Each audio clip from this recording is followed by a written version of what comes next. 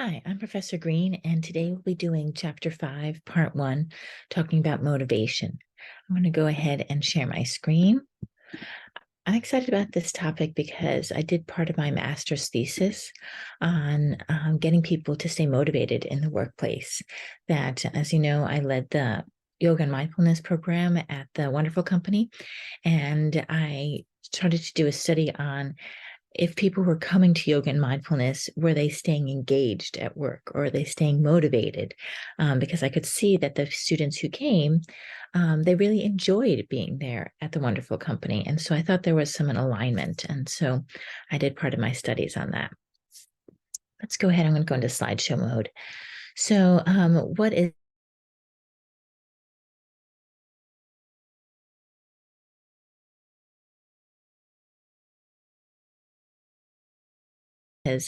again, the organization is very concerned about this because when people are motivated, they are more productive. We're going to define some basic psychological needs, how they affect work behavior in the workplace, talking about Maslow's theory. And then we're going to understand the cognitive processes that explain how people are motivated in the workplace. So you as a manager can help motivate your employees.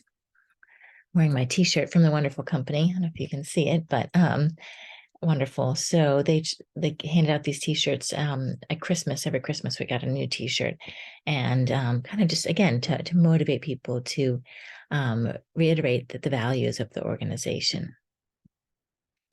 So motivation. These are the objectives for the first part of Chapter 5. We're going to first explain what motivation is, where it comes from, as I mentioned, how it's linked to performance. Part of that is describing motivation and its sources, how performance management works in organizations. You're probably already familiar with that if you have had a job already. And then listing ways in which organizations can create more motivating work environments, which I think is, as I said, part of what my thesis was about. So, what is motivation? Just to get on the same page, the thought of the forces within an individual that account for the level and persistence of effort on a task. And there are three different components. Effort, the amount of energy we extend towards a task, the direction, how people focus their energy and effort. And I've often had managers say, let's go ahead and shift direction for you, Ingrid, because they had another strategy in mind. And then persistence. How can an employee carry a task through to completion, even if it's difficult? And so, what makes a motivating environment? The first thing is having a manager who's excited about work, right, and supportive of their employees. But even if a manager is excited, sometimes it's hard to motivate an employee because there are two different functions of motivation: intrinsic and extrinsic. So intrinsic, on the next slide here, is the positive satisfaction from and contentment from good performance. And these are all things about what the individual wants to do. And I thought, as I said, that when I did my thesis, creating programs like mindfulness, creating t-shirts would help increase the intrinsic motivation. So how much are you enjoying your job? How much are you enjoying your experience when you go to the office? And then extrinsic motivation is things that are outside, right? So pay, bonuses, punishments if you're not doing your job, benefits. I love my healthcare after being self-employed and a consultant for so many years. It is so valuable to me to have affordable healthcare. So that's one of the things that keeps me at LMU. So they do a task because they have to. They want to receive the rewards and avoid the punishment. And so here's a nice little chart. As I said, intrinsic is about the enjoyment that you as an employee have, your purpose, your growth, your curiosity, etc. Fun. I talk a lot about fun when I manage students or my master's students. I kept asking them, are they having fun in Barcelona? Are they having fun? Because this is the time, the first week orientation is the time to really have fun. And I want them to be motivated for the program. Extrinsic motivation, as we said, right? Pay, benefits, etc. So now we're going to go through a handful of different ways that people can get paid. There are 6 different strategies that the textbook talks about. Pay per performance is contingent pay. I think if this is like a sales model. So if you're a salesperson, you get paid more because you get a percentage of what you're selling. So real estate brokers, any software salespeople, etc. So they earn more when job relevant outcomes are produced. And there are different options for doing this, bigger projects, smaller projects, etc. But in essence, it's the called pay for performance.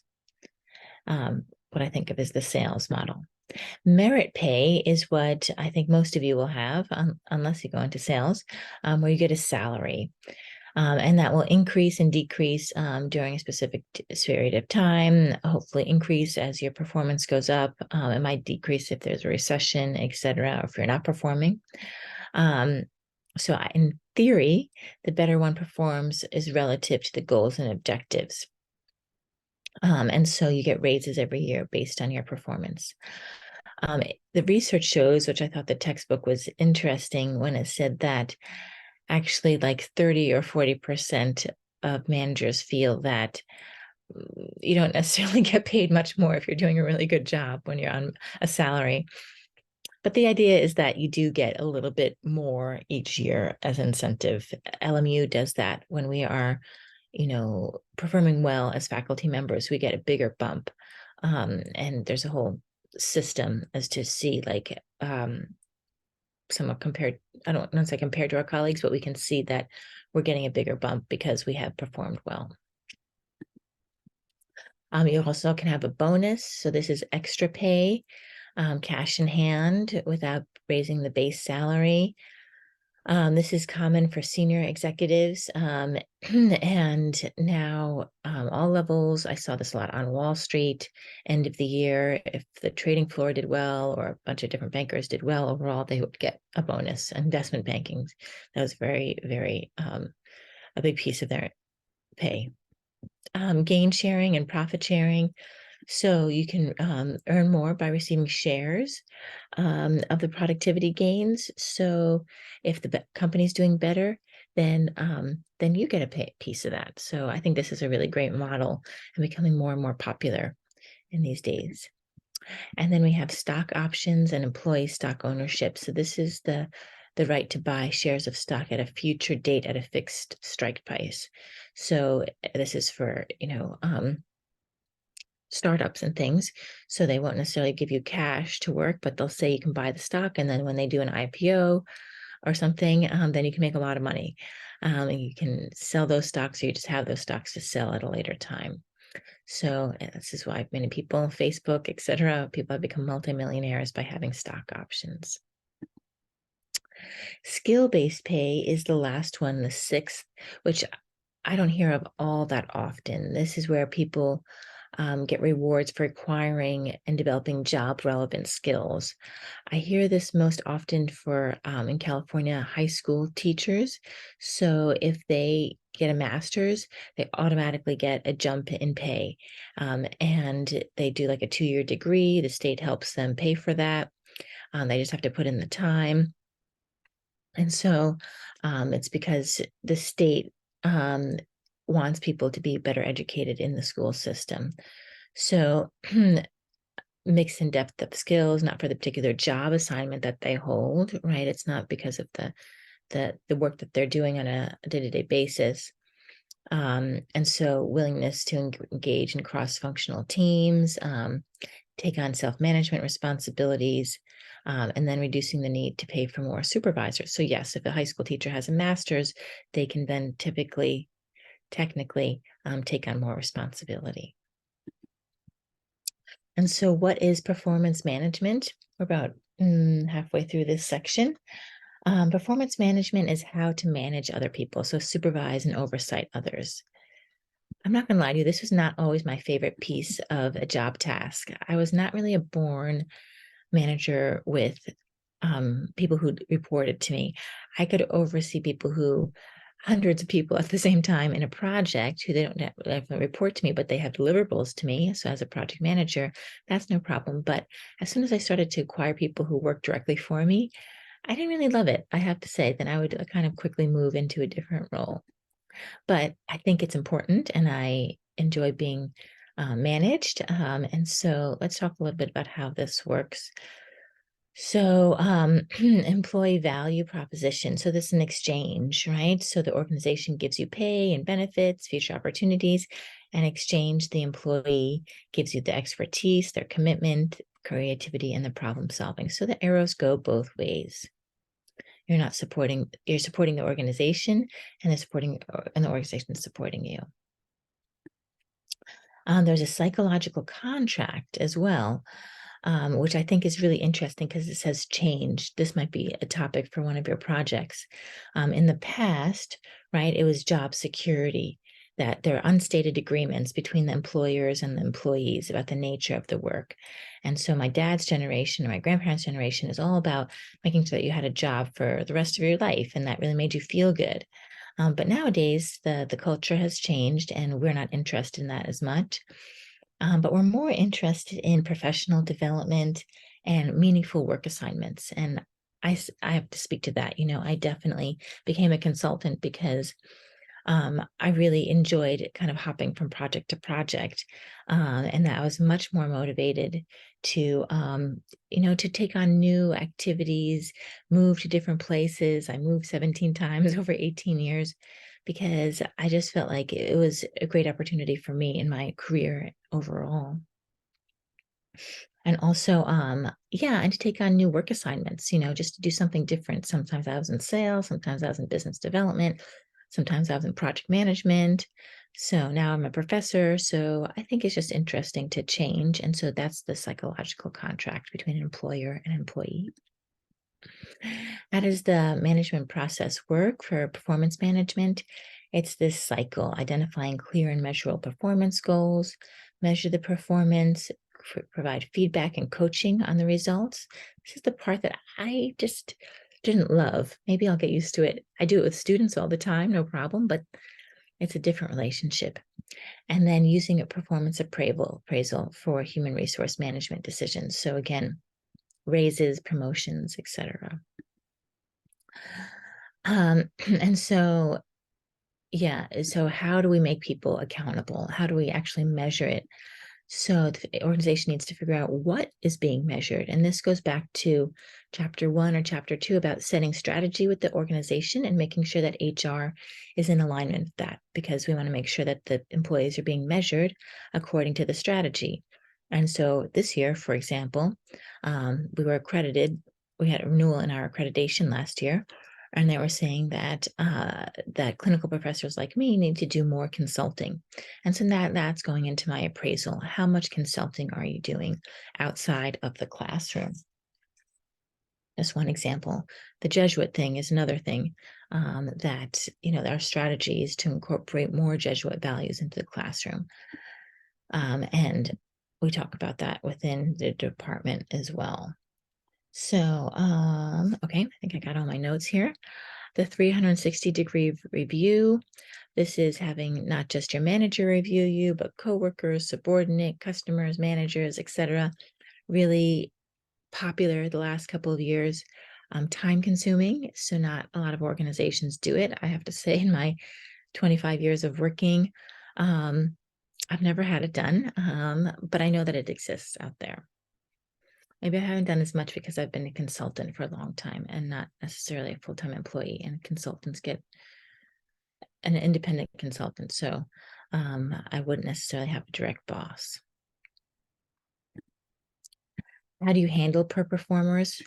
Again, this is something that this conflict idea really kind of was nailed up the chalkboard for me. So because I was always very motivated, very often, and energetic, and so it was hard for me to see employees sometimes were not that way. But of course, there's value and importance to making sure that we empower others.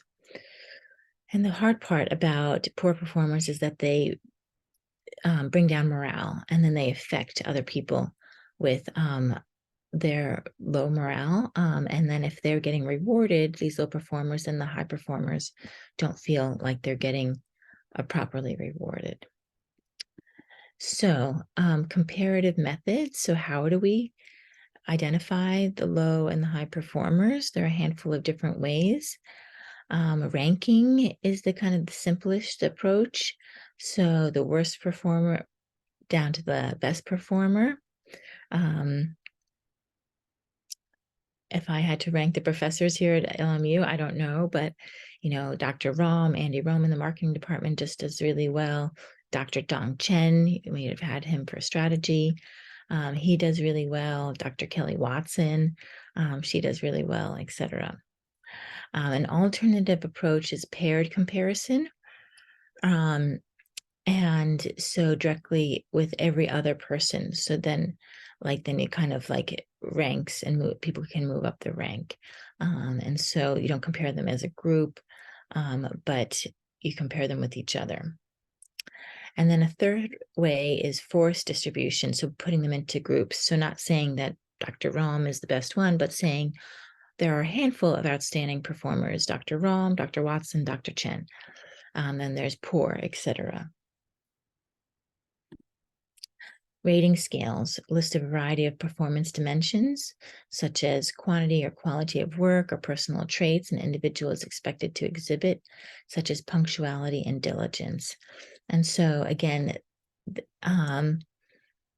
this is, in my experience, more for people who worked on a factory floor, have tasks that are predictable every day. For those of us who sit at a desk, our jobs kind of shift quite often, and so we won't have these rating scales as much. But on the next slide, we're going to look at an example, and it's a really nice way to kind of put associated behaviors with certain tasks. So you'll see here, like unsatisfactory performance, customer service was rude with the customer, but if they're really great, then that the representative will help arrange the customer get the repairs done elsewhere, help a customer share and complete information on the store's policies, etc. So the company is making money by not taking back this product, but still helping the customer at the same time. Right. This happened to me recently. I went into a store and the person was just so nice. I needed a cell phone charger or a charger for my laptop. And I didn't think that what she was going to sell me was actually going to work, but I bought it anyway because she was just so nice and she spent 20 minutes with me helping to figure it out. And I figured if it didn't work, then I could use it for something else.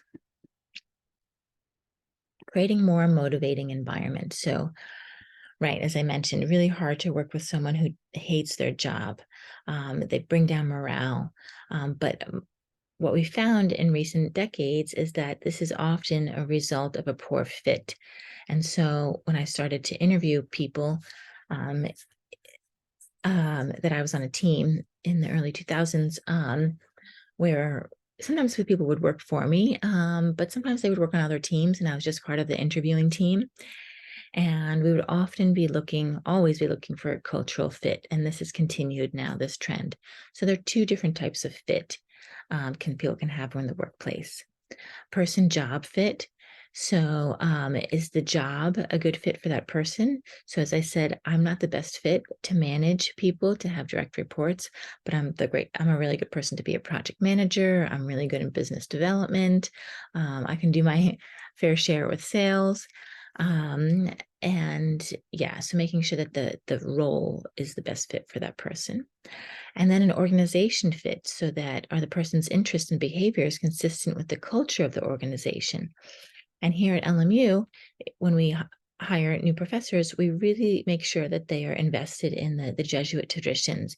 And they don't necessarily have to be Catholic, many of them are not, but they have to be engaged and interested in social justice and talking about issues, community, and making sure that they contribute when we talk about St. Ignatius and the developments that he'd made to the university. So we're going to avoid common performance measurement errors. And again, this is really tricky when you're measuring somebody else, right?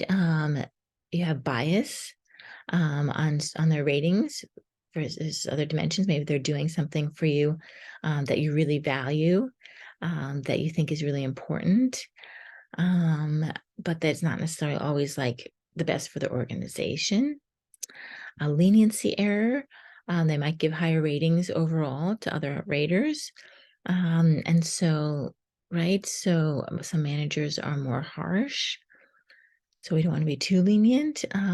Central tendency errors, when people are lumped together around the middle. So the manager will say, oh yeah, everybody's like average. Actually, no, not everybody's average. You need to like make sure that it's evenly distributed.